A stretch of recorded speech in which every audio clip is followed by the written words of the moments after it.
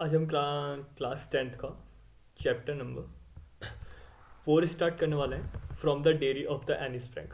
From the dairy, dairy का मतलब ये डेयरी वो वाला नहीं है जो आप समझ रहे हो, ये होता है diary. From the diary of Anne's Frank, Anne Frank. Anne Frank की डायरी के बारे में बात करेंगे और ये 10th क्लास का 4th चैप्टर है। कौन सा चैप्टर है? 4th। इस चैप्टर में हम लोग बात करेंगे एनी को लेकर कि एनी की डायरी थी, क्या रखती थी उसमें, क्या नहीं रखती थी और वो कैसे क्लोज थी, वो सब चीज़ें। तो from the diary of the Annie Frank, इससे पूरी समरी निकालिए। नंबर फर्स्ट हम लोग पढ़ेंगे any Franks first entry in the diary. Any Frank की जो फर्स्ट एंट्री होती है वो डायरी में, वो क्या थी? एनी फ्रैंक, अ 13-year-old गर्ल, 13 साल की बच्ची है, was gifted a diary bye her father. इसके पिता ने उन्हें उसे एक डायरी गिफ्ट करी है, सो इसलिए सी डिसाइडेड टू राइट, उसने निर्णय करा है कि वो लिखेगी इन हर डायरी, अपनी डायरी में, which she considered to be her best friend, जिसे वो अपना सबसे बेस्ट फ्रेंड कंसिडर करती है, इन लॉन्लीनेस, अकेलेपन में, एंड नेम इट किटी, और उसका नाम उसने क्या रखा? Kitty. She began writing in June 1942, और इसने उसे राइट किया है 1942 में। इन हर फर्स्ट एंट्री, सबसे पहली एंट्री उसकी क्या होती है? सी एक्सप्रेस्ड हर डिज़ायर, वो अपनी जो डिज़ायर्स हैं उनको एक्सप्रेस करती है, यानी उन्हें दिखाती है। टू कन्फाइड एवरीथिंग, जो भी उसके सीक्रेट सीक्रेट चीज़ें हैं, एवरीथिंग कुछ भी, टू द डायरी, वो डायरी में एक्सप्रेस करती है। एज जैसे कि she had not been able to do so to anyone else, जिसे वो किसी और के सामने पेश नहीं कर सकती, जिसे वो किसी और के सामने शेयर नहीं कर सकती या बोल नहीं सकती, वो सब कुछ डायरी में लिखती है। सी फेल्ट, उसे महसूस होता है, that paper had more patience, के पेपर जो होते हैं उनके पास पेशेंस होता है, किससे ज़्यादा? देन द पीपल, लोगों से ज़्यादा जो पेशेंस होता है वो किस में होता है? पेपर में होता है। सेकेंडली, दूसरी बात ये, सी थॉट, उसने सोचा है, that nobody would be interested in her diary, कि कोई भी उसकी डायरी में इंटरेस्ट लेना पसंद नहीं करेगा। एज जैसे कि she was a small girl, क्योंकि वो एक छोटी बच्ची है। हर चाइल्डहुड एंड फैमिली, ये तो था उसकी फर्स्ट एंट्री थी। अब उसकी बात करते हैं बचपन की और उसकी फैमिली की। जो एनी है, called her father the most adorable person, Jain any जो है अपने पिता को सबसे एडोरेबल फादर बुलाती है।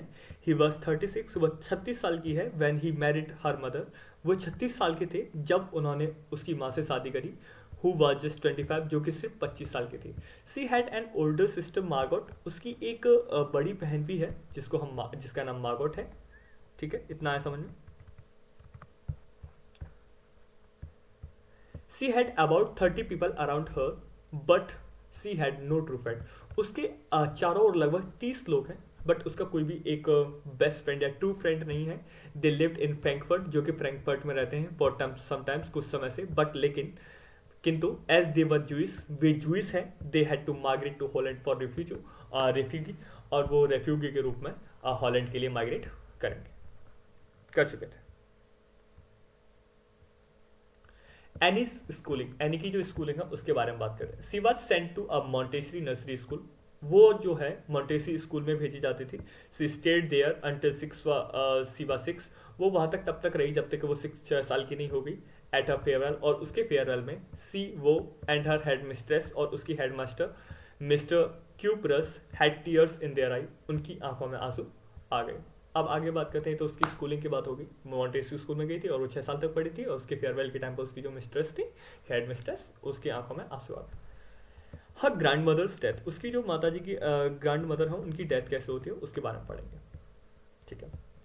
इन द समर ऑफ 1941 की गर्मियों में हर ग्रैंड फादर फेल इल, उसकी जो माता जी हैं वो बीमार पड़ जाती हैं। She had to be operated, उन्हें ऑपरेट करा जाता है, अपॉन, उन पर ऑपरेट करा जाता है। बट सी डाइड इन जनवरी 1942, लेकिन वो 1942 में मर जाती है।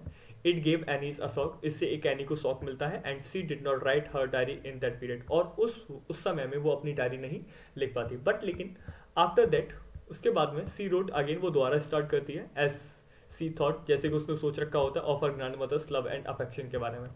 तो उसने जो अपनी ग्रैंड मदर की प्यार और अफेक्शन के बारे में सोचा होता है, उसको वो लिखना स्टार्ट करती है। अब उसका हर व्यू अबाउट टीचर्स, अब वो जो स्कूलिंग कर रही थी उसमें जो टीचर्स के प्रति उनका व्यू क्या था, उस लड़की का व्यू क्या था। तो any was not good at maths, any maths में गुड नहीं थी, सो इसलिए सी एंड हर फ्रेंड्स, वो और उसकी दोस्त जो थी, वो ऑलवेज वरीड अबाउट इट, वो हमेशा इसको लेकर चिंतित रहते थे। बट सी वाज श्योर, लेकिन वो निश्चित थी that she would go to the next class, कि वो अगली क्लास में जाएगी. She would always consider teachers, कि वो हमेशा टीचर्स को ऐसे कंसिडर करती थी to be the most unpredictable creatures, कि वो एक अनप्रेडिक्टेबल अवर्णनीय प्राणी है ऑन अर्थ पृथ्वी पर. So she told her friends not to lose hope, इसलिए वो हमेशा अपने दोस्तों को बोलती थी बेटा होप मत खो, सब कुछ सही होगा. ठीक है, ये दोस्तों के प्रति उसकी राय थी. अब ये पनिशमेंट का क्या सेक्शन है, पनिशमेंट बाय कीसिंग. मिस्टर कीसिंग जो है, मिस्टर कीसिंग के द्वारा उसे पनिशमेंट दी जाती थी. जैसे any was a good student, any एक अच्छी स्टूडेंट थी and had a good relationship with all teachers, और एनी का जो रिलेशनशिप था सारे टीचर्स के साथ में अच्छा था एक्सेप्ट मिस्टर कीसिंग, मिस्टर कीसिंग को छोड़ के. हु टॉट हर मैथ्स, जो कि उसे मैथ्स पढ़ाते थे. He was always annoyed by her talkative natures, और उसके टॉकटिव नेचर से वो हमेशा चिड़े रहते थे. He use to give her extra homework as punishment, और वो उसे एक्स्ट्रा वर्क के रूप में एक्स्ट्रा वर्क दे देते थे, होमवर्क दे देते थे पनिशमेंट के रूप में. He asked her to write an essay, उन्होंने उससे पूछा, उन्होंने उनसे कहा एक ऐसे लिखो अ चैटर बॉक्स पर. ही ऑल्सो पट अ स्लिप, उन्होंने एक स्लिप भी डाल दी इट ऑन हर बैग, उसके बैग में, टू रिमाइंड, उसे याद दिलाने के लिए अबाउट इट, इसके बारे में कि उसे क्या लिखना है, एक चैटर बॉक्स ऐसे पर क्या लिखना है, एक चैटर बॉक्स पर ऐसे लिखना है. तो इसकी एक स्लिप बना के उसके बैग में डाल दी. कंप्लीशन ऑफ होमवर्क, होमवर्क का कंप्लीशन. होमवर्क का कंप्लीशन कैसे होता है?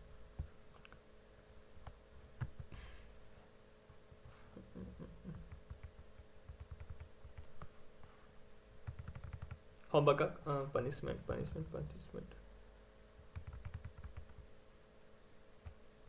Completion of homework. Anne was unable to understand, Anne समझने में अनेबल थी what she could write in the essay, कि वो ऐसे में क्या लिख सके.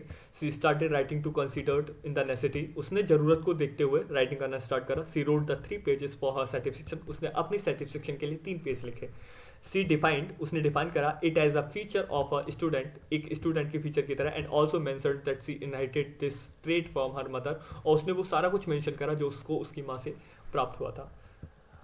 Who also use to talk much, उसने अपने अधिक बोलने के बारे में भी मेंशन करा. ये कंप्लीशन होमवर्क उसने ये करा था. Homework given as a punishment again, और फिर से उसको पनिशमेंट मिल गई होमवर्क के रूप में.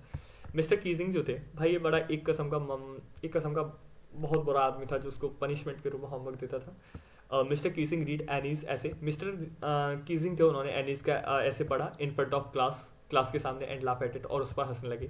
ही गेव हर अनदर ऐसे, उन्होंने उसे दूसरा ऐसे दे दिया एज पनिशमेंट के रूप में ऑन द टॉपिक, उसी टॉपिक पर, एक टॉपिक पर जिसका नाम था एन इनकॉरिजेबल चैटरबॉक्स, एक incorrigible chatterbox. And quack quack quack said mistress chatterbox, यानी ये 2 नाम थे, quack quack quack said mistress chatterbox. तो इस पर उसने फिर से क्या दे दिया, पनिशमेंट दे दिया. ये पनिशमेंट क्यों दिया था? क्योंकि उसने 3 पेज का जो लेटर लिखा था उस पर वो हंस पड़े और पनिशमेंट के रूप में फिर से दे दिया. ये चीज़ आएगा आपकी समझ में. आगे बढ़ते हैं. एनी के मॉक्स, एनी पर जो मॉक का मतलब होता है किसी का मजाक बनाना, Anne's mock. Anne's mocks mister Keesing amusingly with homework, and he जो मिस्टर कीजिंग थे वो बड़े अच्छे रूप से, बता ठीक ठाक रूप से उसके मजाक उड़ाते थे विद होमवर्क, उसके होमवर्क के साथ में. Annie wanted to write something interesting, एंडी जो है बहुत कुछ अच्छा लिखना चाहती थी एंड डिफरेंट दिस टाइम, और इस बार कुछ अलग सा लिखना चाहती थी. सो इसलिए with the help of her friend, अपने फ्रेंड सनी से उसने हेल्प ली. Who was good at poetry, जो कि पोएट्री में बहुत अच्छा था. सी रोट एन ऐसे इन वर्स, उसने एक ऐसे लिखा. It was about 3 duckling going dead, ये समथिंग 3 डकलिंग डेड के बारे में था. Because their father duck bit them as they quack too much, क्योंकि उसके जो पिता थे उन्होंने बिट मतलब होता है एक तरह से पीटना, एज दे क्वैक, क्योंकि वो बहुत ज़्यादा चिल्लाती थी तो वो पीट देते थे. Mister Keesing took the joke in the right way and didn't bother Annie's for talking after that incident. Mister Keesing ने करा ये जो जोक के रूप में लिया, took the joke in the right way, उस जोक को सही ले लिया. And did not bother any, और एनी को कभी परेशान नहीं किया फॉर टॉकिंग आफ्टर, बात करने के लिए, आफ्टर दैट उसके बाद में, इस इंसिडेंट के बाद में. She was not even given any extra homework, और इस बात के बाद उन्होंने कोई भी होमवर्क उसे नहीं दिया. तो ये पूरी की पूरी कहानी ये थी कि उसने एक पोइट्री में अपने दोस्त की हेल्प ली. उसने लिख दिया कि जो 3 डकलिंग थी गोइंग डेड, मर गई थी, बिकॉज क्योंकि there father duck bit them, क्योंकि उनके पिताजी ने डक को बिट दैम, उन्हें पीटा. एंड क्वैक टू मच, क्योंकि वो बहुत ज़्यादा बोलती थी. तो इस कारण मिस्टर कीजिंग थे उन्होंने उस जोक को, उसने तो जोक बोला था, उसको राइट वे में ले लिया, और एनी को फिर द्वारा कभी भी बात करने के लिए परेशान नहीं किया उस इंसिडेंट के बाद में. और she was not given any extra, और ना ही उसे कोई ज़्यादा होमवर्क दिया दोबारा से. तो कंक्लूजन क्या था? कंक्लूजन ये था, ये जो स्टोरी है, in this story in this story from the diary of the Annie Frank we can conclude, हम कंक्लूड निकालते हैं that a young student needs to talk and feel joys in order to stay mentally fit. तो एक mentally fit होने के लिए लोगों को क्या होना चाहिए, जॉयफुल, मतलब जॉयफुल होना चाहिए, और क्या होना चाहिए, टॉकटिव होना चाहिए, जिससे कि आदमी आराम से मस्त रह सके। तो ये थे इस चैप्टर, बाकी समाप्त करते हैं। Thank you for the giving a valuable time, और हो सकता है आप लोग अच्छा ही फील कर रहे होंगे। ठीक है, टाटा, गुड नाइट। और हाँ, लाइक शेयर कमेंट जरूर करें प्लीज़।